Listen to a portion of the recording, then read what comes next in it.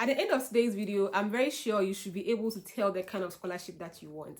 I think that getting a scholarship in itself is very tedious, and sometimes not knowing the type of scholarship available to you also makes it extra tedious. In today's video, I've put together this content to tell you about the different types of scholarships that are available to we, the international students. And for starters, I'll categorize these scholarships into two. I'll call the first as internal scholarships and then the second as external scholarships. Internal scholarships simply in this video refers to the scholarships that we receive from the school we'll be attending. For example, I did my master's at the Eastern Illinois University. Yes, I always use Eastern as an example. So all the scholarships that I got, or all the scholarships that come from EIU to support international students who will be applying for schools in EIU, in this video, I refer to them as internal scholarships. So there are different types of internal scholarships, okay? But broadly, I'll talk about grad assistantship, graduate assistantship. For the graduate assistant, it's very different per any school. In my own case, for example, for a GA, I used to record grades, I used to attend classes, those basic stuff that in Ghana would describe as TA. So that is the role of the graduate assistant. And fortunately for me, I got assistantship in my department, which was the political science department. So that is with the grad assistantship. But in some schools, you could get assistantship not only in your department, but in other departments. Grad assistantships are not only limited to academic units. In some schools, still on EIU, you could be an assistant in the admissions office. You could be an assistant in the graduate school itself. You could be an assistant in the housing department. So different spaces can offer you grad assistantships. What happens most of the time, depending on the terms and conditions, is that you get your tuition waived. So if the tuition is about 18,000 or 16,000, this grad assistantship covers the entire tuition, and then monthly, as you work, they'll pay you the monthly stipend. So that's with the grad assistantship. Like I've explained, it's not only limited to the department where you be studying, but to other spaces as well. So please try your best and ask around to see if your school has that kind of offer. And for those who get assistantship within the department, there are other types as well. And it's not always 20 hours, or you don't always, like I just explained regarding the stipend and the tuition waiver, not all grad assistantship entail that whole package. Some of them will give you half of it, some of them will, it's an arrangement, but I just want you to understand that it exists. So you should ask your department whenever you are applying. Apart from grad assistantship, we also have research assistantship.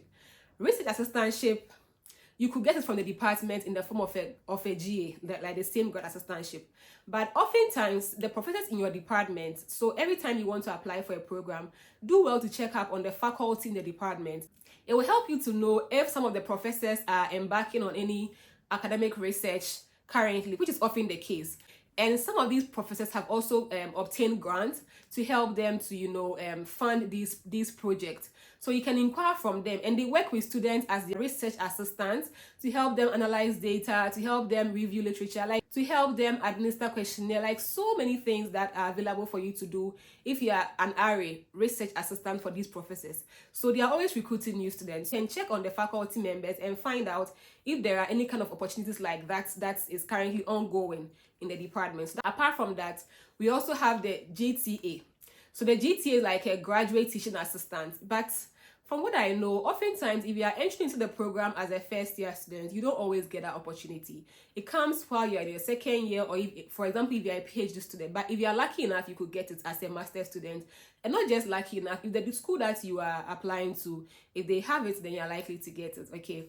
So the GTA, it's more of you being an instructor, being a teacher. We see our TAs do while we are, I can speak for Ghana and other African countries, where we hold tutorial sessions with the undergrads and all of that. That is what the GTAs do. But this is not a tutorial section. Sometimes you can take up a full class and then you be an instructor where you teach students, you grade, you do everything just like a lecturer would do. And like I always say, every school has a different package as and when it comes along. So ask your department if they have that, okay? If they have RA ongoing, if they have GA ongoing, if they have TA ships ongoing.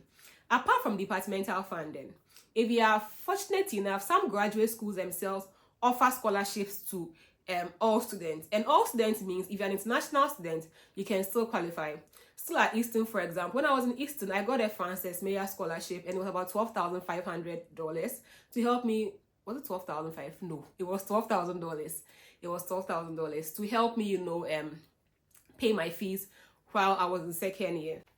And these scholarships ranges from different amounts, so it's up to you to inquire from your graduate school. Like I always say, these people are so accessible, so just send them an email and ask them if they have these offers ongoing in the school that you are interested in. Apart from the graduate school themselves giving out these kind of scholarship, like competitive scholarships for some, if you have like a 3.8 GPA, if you were the best, this. Apart from that, the graduate schools sometimes offer partial tuition waivers. So let's say the fees is about 20,000, you can have some percentage off based on any criteria, any requirement that the school has set in place. So ask the graduate school that, do they have that for the school that I'm applying to? I think it's very important. So find out from them to at least lessen your burden. Tell them about your GPA, and then ask them if they have those kind of options for you. You can also check if the grad school themselves are recruiting for GA, so check that out. Apart from the grad school, yes, and still on the grad school end, sometimes there are alumni in the school that would want to support needy students. So they also have these kind of regular scholarships in honor of their mother or an old lecturer or someone. Like a family can out of love just institute a scholarship scheme in this part. It's very common at Eastern, so I presume it's also in other schools as well. So please ask them if they are giving this kind of offers. In countries like Canada, I forgot to mention when I was talking about the departmental part that some of them do not always just give you the GAs. Some of them could also give you departmental funding, a pure scholarship, not based on where you have to work and all of that. They just waive it off for you, or they just offer you some amount of money to help you pay for your fees. And some departments do that, okay? So we know about that as well. Some alumni could support the grad school to give scholarship to some of the international students or some of the students generally. And this is not only for international students, but for every graduate student. So inquire about it in your school. Apart from the graduate school also, do well to check out with the international student office. The international students also sometimes have tuition waivers. They might not give you the entire tuition waiver, but they could give you part of it, a particular amount of money to help you pay for your fees if you meet a criteria. And apart from these tuition waivers, occasionally they also have some scholarships coming in support of Chinese students, in support of African, depending on the type of offers that they have in your school. So before you put in these kind of applications, please confirm with the school to be sure enough to know if these people are offering any of these offers. So this is what I think about the internal scholarships. Apart from the internal scholarships, we have external scholarships. And like the name sounds, it means they come out of the program. So for external scholarships, there are different organizations and there are different types of scholarships that are available to us as international students. The first external scholarship I'll talk about is the government scholarship. I mean country-specific scholarship. So for example, I'm a Ghanaian, so I know that the government of Ghana has a scholarship secretariat that sponsors international students who want to pursue graduate programs abroad. I don't know how well it works, or I don't know how effective it is, but I know it exists and it is so for many other countries. But these schemes are not always reliable, but they exist. Find out from your country, from your home country, how this process can be conducted so that you can also secure a scholarship from your government as a citizen of that country. Apart from government scholarships, we also have other international organizations that give scholarships. We have organizations like the World Bank. We have different organizations. It could be for climate change, it could be for anything else. But you should know that some of these organizations, when they are given their funding, it is geared towards particular programs, or it is geared towards particular projects or particular schemes to meet particular goals. So depending on the program that you want to master in or the program that you want to pursue a PhD in, you should check by checking Google first to see if these organizations are offering these kind of scholarships to fund you. You can never tell. We also have individual organizations. I can talk about the Bill and Melinda Gates Foundation. They also sometimes give grants to health related research. So if these are areas of interest to you, you can check them out. Apart from that, we also have some organizations that are geared towards sponsoring women in STEM or sometimes sponsoring international women for peace. And like I said, these scholarships are often towards a particular goal. I know of Pure International Scholarship. I have been a benefactor in the year 2020, PEO International Scholarship. And last year when I spoke about it, someone from this channel got a chance. They also gave funding to every international student, as long as you're not a Canadian or an American. You just have to apply. In my next video, I'll be talking about how to apply for the PO and the process involved. So that is with the PO scholarships. And I know about AAUW. So check it out. Just type in AAUW and it will pop up. Apart from that, I also know about the Fulbright Scholarship. The Fulbright Scholarship is given by the American government. So you can check that out as well. I also know about the Commonwealth Scholarship. It's given by the British government to students who are from the Commonwealth nations. Commonwealth nations are nations that were recognized by the British before independence. So these kind of, if you are from these kind of countries, check out the process. We also have the Chevening Scholarship. Chevening Scholarship. So you should check that one out as well.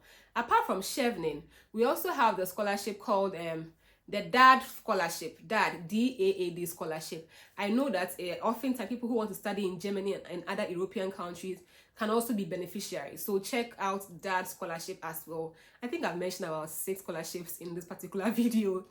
So I've mentioned about 6 different scholarships in these kind of external scholarships. Added to the internal scholarship, that's over about 10 different scholarships in this video. So it's up to you to check out the criteria that these scholarship or awarding bodies are looking for. It's up to you to make sure that you meet the requirements and you put in the effort to ensure that you've been shortlisted to understand the whole process. So you should, as I have listed down these scholarships, please take it upon yourself to check them out, read about them, just Google it, DAAD Foundation Scholarship, and check if you meet the requirements, put in the effort and put in the work. Do this for you, okay? Like I always say, if you gain admission to the best university, or if you gain admission into the best program in the whole world, and you don't get funding as an international student, I think it's very stressful, my God. You don't want to add the stress of paying fees to the stress of pursuing grad school itself. I hope it gives you a clearer understanding of the kind of scholarships that are open to you and the kind of opportunities that you have as an international student to help you get funded, irrespective of the country that you want to study in. So I hope it helps you answer some questions. If you have listened to me and you know of any other internal scholarships, please let me know in the comment section for others to also know about it. So thank you so much for watching today's video. If you have any questions, please don't hesitate to ask me in the comment section and I'll be here to give you a response. Thank you. Bye.